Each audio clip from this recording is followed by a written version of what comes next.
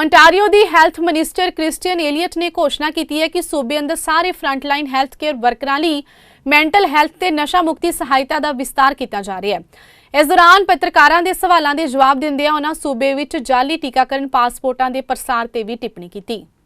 And just as our healthcare partners are there for us, so we must be there for them as well. That's why I am so pleased to share that our government is investing $12.4 million to provide much needed support to our frontline mental health care workers. This funding will ensure continued access to existing and expanded mental health supports for all of Ontario's healthcare workers, whether in acute care, long-term care, home and community care, or in other locations.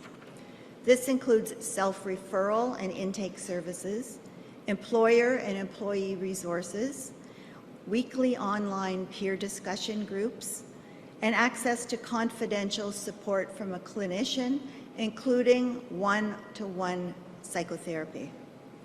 A COVID-19 psychological support program will provide increased access to clinical psychologists specializing in trauma, mood, and anxiety disorders, and other psychological conditions.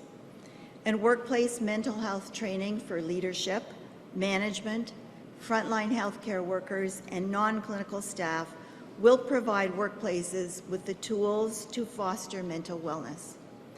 Together with our investments to bolster our healthcare workforce, these investments will ensure that we can continue to provide tailored supports to help Ontario's physicians, nurses, pharmacists, respiratory therapists, personal support workers, and all of our healthcare workers experiencing mental health challenges.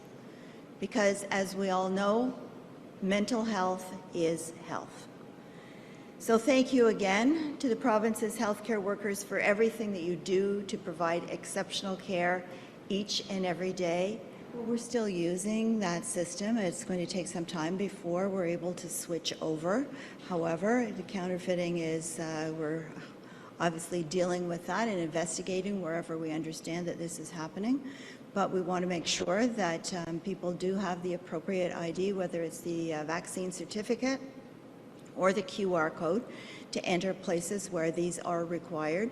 We know that the numbers have gone up somewhat. We anticipated that that would happen. Dr. Moore anticipated that would happen. And so what we're seeing right now are largely regional outbreaks, which we're going to be dealing with regionally. So we're taking steps and we're monitoring it each and every day.